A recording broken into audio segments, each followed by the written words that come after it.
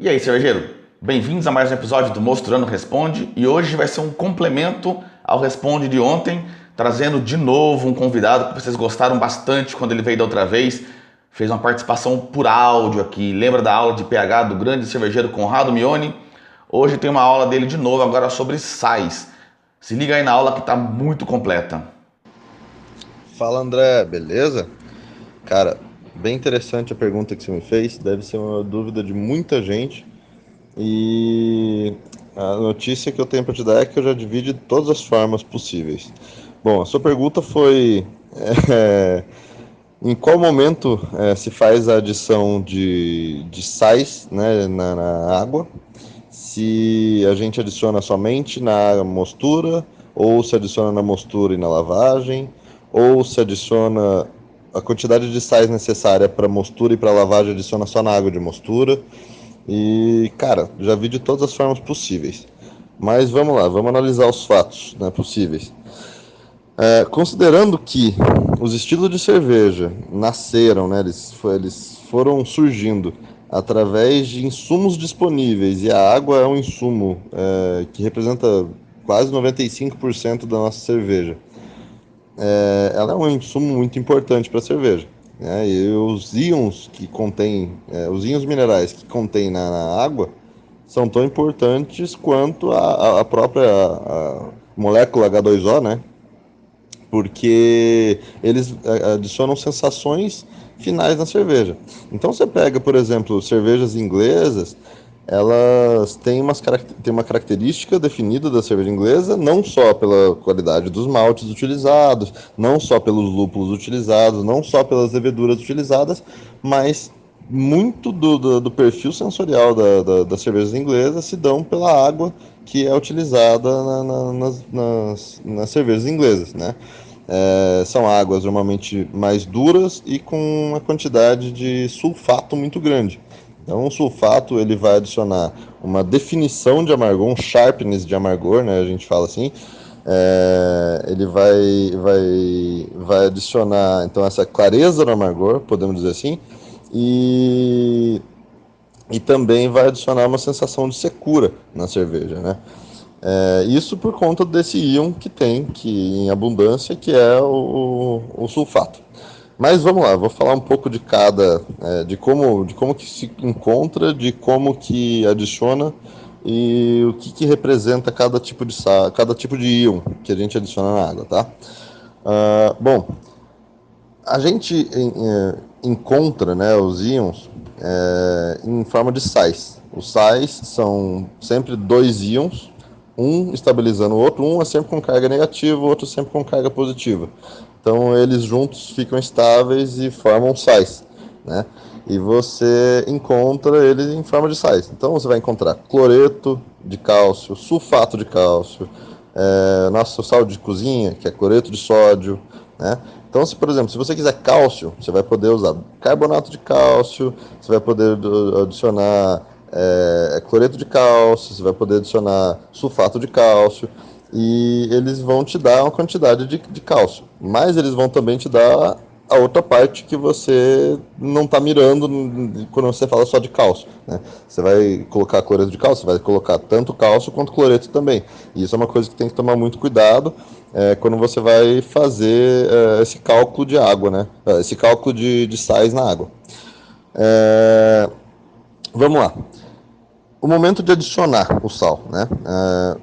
Partindo então pelo princípio de que os estilos foram nascendo, né, da fonte de água, né? A fonte de água já vinha com sais já diluídos, né, os íons diluídos, né? A composição mineral da água já vem da fonte dela, historicamente dizendo.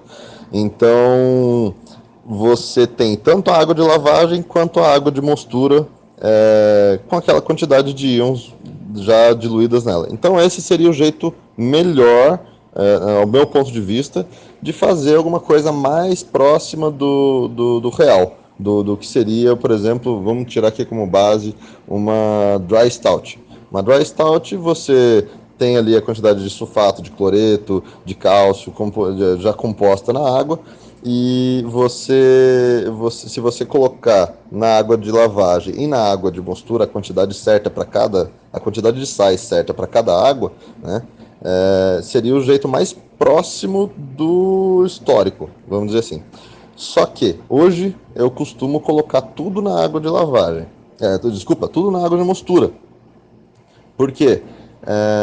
Eu vejo um ganho em relação a pH, que eu vou entrar daqui a pouco nesse assunto, que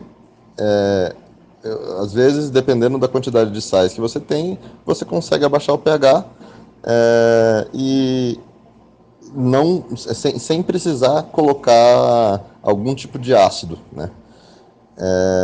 Então essa é uma forma que eu consigo de não usar ácido nenhum para acidificar meu mosto, só utilizando adições de sais. Então eu coloco toda a quantidade de sais que eu preciso, tanto para água de lavagem quanto para água de mostura, eu coloco só na mostura. Agora, eu já vi também pessoas que fazem adição desses sais como se fosse um tempero. Coloca na fervura, porque eles acreditam que você colocando na fervura, você aí sim vai ter essa quantidade de íons que você pretende ter na sua cerveja. Você vai estar garantindo uma melhor dissolução, que vai estar arrastando menos, ficando preso no bagaço do malte, se ligando com alguns componentes do malte que você vai ter durante a lavagem, durante a mostura. Então você vai acabar perdendo um pouco disso, então a galera coloca direto na fervura. Mas eu costumo colocar sempre na água de mostura, tudo que eu preciso de sais eu coloco na água de mostura, tá?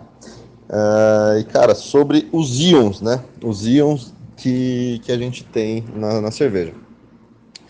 Então, vamos lá, começando pelo cálcio, tá? O cálcio é um dos íons mais importantes que eu considero na cerveja. Ele é um íon que ele se liga com alguns componentes do malte, que são os fosfatos, e eles precipitam os fosfatos presentes no malte. Esses fosfatos, eles são responsáveis por tamponar a cerveja, o mosto da cerveja. Então, o efeito tampão é aquele efeito onde determinadas substâncias capacitam o meio de não alterar o pH tão facilmente. Então, você acaba conseguindo modificar esse efeito tampão, tirando do meio os fosfatos que tem. Com isso, você consegue acidificar o mosto, né? Você acaba acidificando o mosto por um pH favorável para que as enzimas possam trabalhar, quebrando ali o seu amido, né? E as proteínas também, e outras enzimas, deixando então ela numa condição favorável, né? O cálcio também ele ajuda na filtração e durante a lavagem, ele diminui a viscosidade do mosto. E, consequentemente, se você tem um mosto menos viscoso, você vai ter menos tempo de contato do mosto com o bagaço, com o grão, da água de lavagem também, né? O que vai ocasionar de você extrair menos polifenóis também, porque tempo demasiado em contato também significa extração demasiada de polifenóis, que vão te dar astringência lá na frente. O cálcio também tem um poder de proteger, principalmente a alfa-amilase, de inativação por temperatura, né? Ele consegue deixar ela mais estável. E, cara, um range bom de, de, de ppm, né? De partes por milhão ou miligramas por litro, vamos dizer assim, de cálcio é na faixa de 50 a 150 ppm. Esse seria um ppm ok para a maioria das cervejas. Acima de 200, ele começa a te dar uma certa, ele começa a te dar problemas em sensorial, tá? O magnésio, ele parece muito com o cálcio, ele diminui o pH também, mas menos que o cálcio. Ele é nutriente para a levedura, e só que ele já tem no malte. A quantidade necessária de magnésio você já encontra no malte. Então, dificilmente você vai ter que adicionar magnésio no seu mosto porque você já tem no malte, né? Então tudo que você precisa de magnésio você já tem no malte, vai ser o suficiente para a levedura trabalhar bem, já vai ser o nutriente essencial que a levedura precisa. É, outra coisa, o magnésio ele te dá um amargor mais puxado para astringência e é ruim, é um amargor meio de remédio, não é tão gostoso, não é muito bom. É, o range ok de deixar o magnésio é entre 10 e 30 ppm. O necessário para a levedura, se eu não me engano, é 5 ppm de magnésio, é o suficiente para a levedura, é o necessário para a levedura, tá? Então, não precisa mexer no magnésio caso alguém tenha dúvida em relação a isso. Outro íon muito importante é o cloreto. O cloreto, ele aumenta a sensação de corpo, de dulçor do malte na cerveja. E um range bom para ele é até 150 ppm, tá? E também temos o sulfato. O sulfato, ele é um íon que ele vai ajudar na sensação, como eu disse lá das cervejas inglesas, na sensação de secura da cerveja, a definição do amargor da cerveja vai dar um foco maior no amargor. Então, são íons que tem que se equilibrar entre o cloreto e o sulfato. A proporção de cloreto para sulfato é muito importante para você desenhar uma cerveja, né, e você atingir aquilo que você precisa na cerveja. Se você quiser fazer uma cerveja mais maltada, você vai deixar maior quantidade de cloreto em relação ao sulfato. Se você quiser uma cerveja mais amarga, mais seca, você vai deixar uma relação de sulfato maior em relação ao cloreto. Tá? Outro íon também é o sódio, tá? O sódio, ele é o nosso componente do sal de cozinha, né, que é o cloreto de sódio, né? E o sódio, ele é um realçador de sabor. Ele também aumenta a sensação de dulçor da cerveja em determinadas concentrações. Mas o sódio é muito perigoso trabalhar com ele, porque eu não vou lembrar agora qual que é o ppm dele, mas acho que se procurar na internet rapidinho acha. É, se você usar demasiadamente, você pode passar sabor salgado para a cerveja e isso não é tão interessante. Então tem que ser usado de forma correta, tá? E também temos aí o carbonato e o bicarbonato. O carbonato e o bicarbonato, eles aumentam a dureza da cerveja, eles são responsáveis aí por ajudar a segurar o pH da água mais alto também consequentemente o pH do mosto também vai acabar ficando mais alto, né? Ele tampona a água. Então, aí para cervejas muito ácidas, talvez seria interessante utilizar um pouco de sulfato, caso vá utilizar grãos escuros, que você não quer que dê essa percepção de acidez, você acaba colocando um pouco de carbonato ou bicarbonato de sódio. O ruim do bicarbonato de sódio é que você está colocando não só bicarbonato, você está colocando junto sódio, né? E se você quiser, por exemplo, não colocar sódio, você pode usar o carbonato de cálcio. O carbonato de cálcio ele vai te dar cálcio e vai te dar o carbonato, que vai ser o agente tamponante aí da água.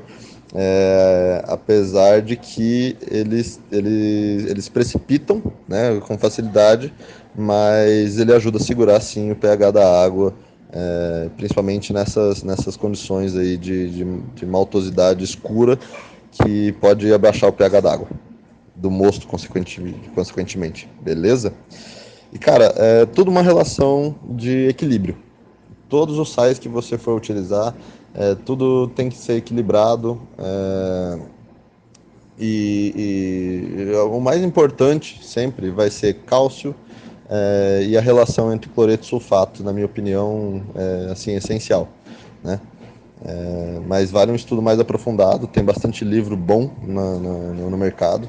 O livro Water é muito bom e vale a pena aí a leitura para todo mundo que se interesse pelo assunto, beleza? Galera, e é isso aí. Muito obrigado, um abraço e até mais. Valeu, Conrado! sempre participando com a gente, sempre ajudando a galera a ampliar os conhecimentos cervejeiros. Não se esquece de curtir, compartilhar, ajudar a gente a levar a cultura cervejeira, esses ensinamentos fantásticos aí para cada vez mais longe, para a galera evoluir cada vez mais nas suas cervejas. Aqui embaixo tem a livraria Mostrando, não esquece nunca de dar uma olhadinha lá se não tem algum livro novo, algum livro legal para você ler também, aprofundar o seu conhecimento. Se chegou agora, se inscreve no canal, clica no sininho para não perder nenhuma notificação. A gente se vê no próximo vídeo. Até mais. Respira, André.